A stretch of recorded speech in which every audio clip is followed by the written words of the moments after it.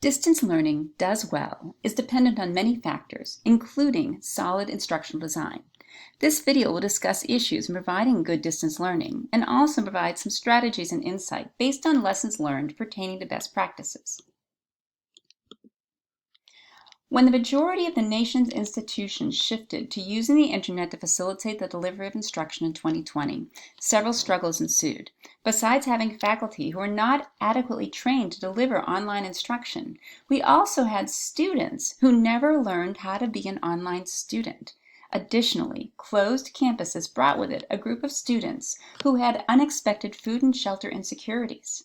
When you combine this with inadequate home learning space, insufficient hardware, and unreliable internet access, it's no wonder we had crises piling on top of one another. Many researchers remind us that what happened in the spring shouldn't be seen as online learning. Rather, it should be seen as emergency remote teaching. The struggles encountered by those in higher education and K-12 are practically identical to struggles which shut down online learning programs in the early 2000s.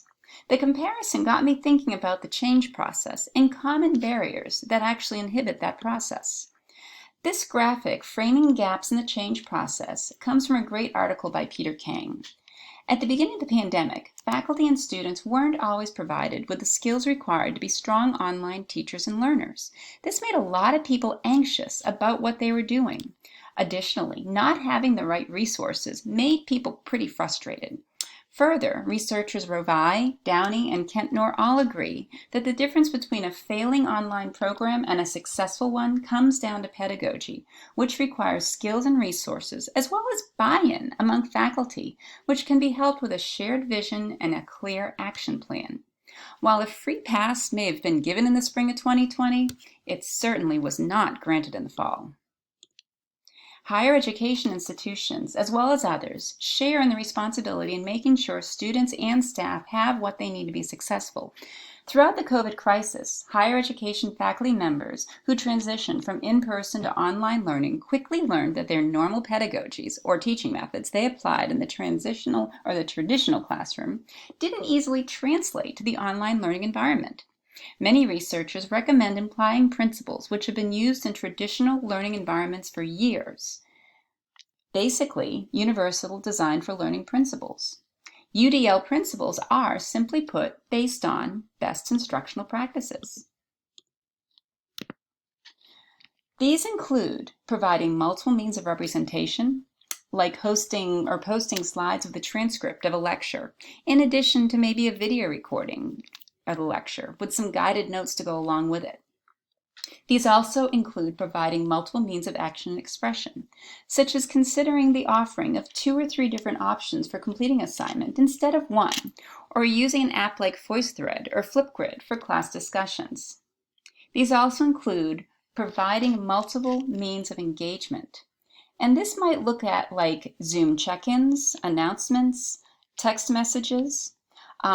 Basically, you need to make sure that you let the students know that you're out there and that you care for them.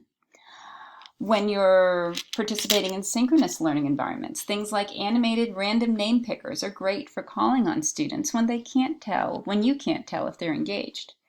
And if you're strictly higher ed, I would still recommend looking up a blog site called Cult of Pedagogy, because the author of that provides a ton of strategies which translate incredibly well to adult learning.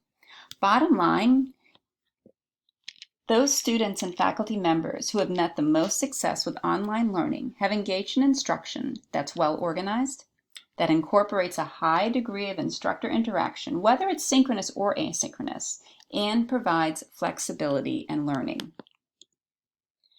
Providing training on the skills needed to be successful helps with buy-in. Institutions can facilitate the development of these pedagogies by ensuring faculty members have adequate training in the use of learning management systems, establishing a standard format in how course modules are organized, and developing blueprints of courses which are offered on a regular basis.